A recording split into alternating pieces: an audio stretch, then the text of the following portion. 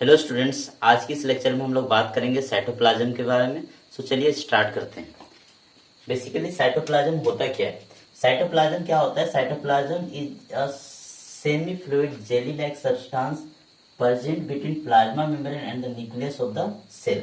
क्या होता है ना कि सपोज कि एक ये क्या है, सेल है। क्या है? सेल है। इसके आउटर मोस्ट मेम्ब्रेन में, अगर ये प्लांट सेल है तो आउटर मोस्ट सब में, आउटर मोस्ट में क्या होगा? आपका सेल वॉल होगा। एंड अगर ये एनिमल सेल है तो उसमें क्या होगा? आउटर मोस्ट वहां पे क्या होगा? Plasma membrane. प्लाज्मा मेम्ब्रेन और इसके अंदर में यहाँ पे आपका समझ कि ये क्या हो गया? आपका न्यूक्लियस हो गया। क्या हो गया? ये न्यूक्लियस हो गया। तो प्लाज्मा मेम्ब्रेन और न्यूक्लियस के बीच में, प्लाज्मा मेम्ब्रेन और न्यूक्लियस के बीच में जो एरिया होता है, प्लाज्मा मेम्ब्रेन या और न्यूक्लियस के बीच में जो एरिया होता है उसको हम लोग क्या बोलते हैं? साइटोप्लाज्म बोलते हैं। साइटोप्लाज्म में ये जो इलाका होता है, ये वाला पूरा इलाका, यहाँ पे इसके बारे में हम लोग अध्ययन कर रहे हैं। यहाँ पे क्या होता है ना कि साइटोप्लाज्म में बेसिकली देखने को मिलता है कि ये चीज किस चीज से बना रहता है। यहाँ पे 70 to 80% क्या होता है ना कि ये पानी से बना रहता है। किस चीज से बना रहता है? वाटर रहता है। तो इसमें यहाँ पे कंपोजिशन में देखेंगे तो जो ये साइटोसोल है 70 to 90% इसमें क्या होता है? वाटर से बना रहता है। और ये यही एक प्लेस है, यहीं पे क्या होता है? जितना भी आपका मेटाबॉलिक एक्टिविटीज जो होते हैं, यहाँ यही साइट पे क्या होता है? मेटाबॉलिक एक्टिविटीज टेक प्लेस करते हैं।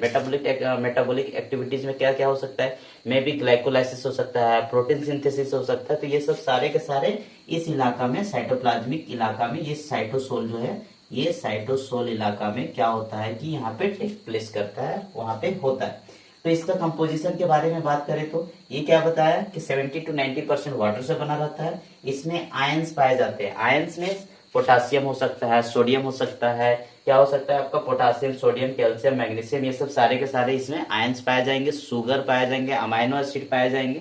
तो ये सब सारे के सारे इसमें देखने को मिलता है। शुगर्स, अमाइनो एसिड्स, ठीक है, न्यूक्लियोटाइड्स, ये सब सबके सब यहाँ पे होंगे। फिर विटामिन, एंजाइम्स, ये सब यहाँ पे पाए जाएंगे। ठीक है। और एक क्या होता है कि इस जो साइटोसोल होता है, जो साइटोप्लाज्म होता है, उसमें क्या पाया जाता है कि सेल ऑर्गेनेल्स पाए जाते हैं। सेल ऑर्गेनेल्स या फिर आपका मेम्ब्रेन बाउंड ऑर्गेनेल्स पाए जाएंगे या फिर नॉन मेम्ब्रेन बाउंड ऑर्गेनेल्स होंगे। मेम्ब्रेन बाउंड ऑर्गेनेल्स में क्या क्या हो सकता है? इंडोप्लाज्मिक रेटिकुलम, न्यूक्लियस हो गया, आपका वैक्यूल्स हो गया, गोल्जी बॉडी हो गया। तो ये सब सारे के सारे क्या पाए जाएंगे? आपका ये सेल ऑर्गेनेल्स, ये जो सेल ऑर्गेनेल्स है, मेम्ब्रेन बाउंड ऑर्गेनेल्स है, ये आपका साइटोप्लाज्म में भी पाए जाएंगे। और क्या होगा कि नॉन मेम्ब्रेन बाउंड ऑर्गेनेल्स भी पाए जाएंगे। यहाँ पे नॉन मेम्ब्रेन बाउंड ऑर्गेनेल्स कौन से? आपका राइबोसोम से, साइटोस्केलेटन है, सेंट्रियोल्स है।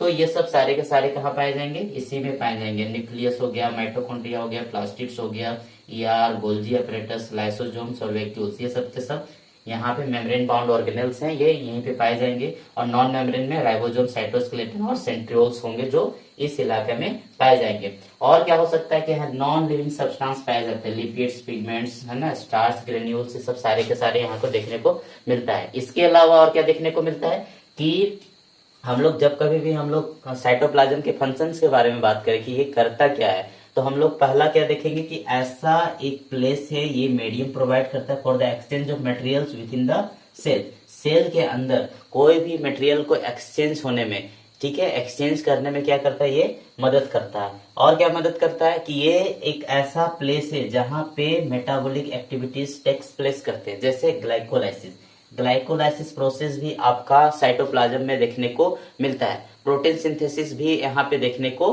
मिलेगा। ठीक है। Helps in the movement of cell organelles, cell organelles के मूवमेंट में भी देखने को मिलेगा। तो ये था आपका साइटोप्लाज्म के बारे में। इसके अलावा जब हम लोग नेक्स्ट लेक्चर में क्या बात करेंगे कि सेल ऑर्गेनेल्स यहाँ पे जो जो पाए जाते हैं, पहले क्या होंगे कि मेम्ब्रेन बाउंड ऑर्गेनेल्स के बारे में हम लोग डेप्थ में पढ़ाई करेंगे। जैसे कि नेक्स्ट लेक्चर में हम लोग क्या पढ़ेंगे?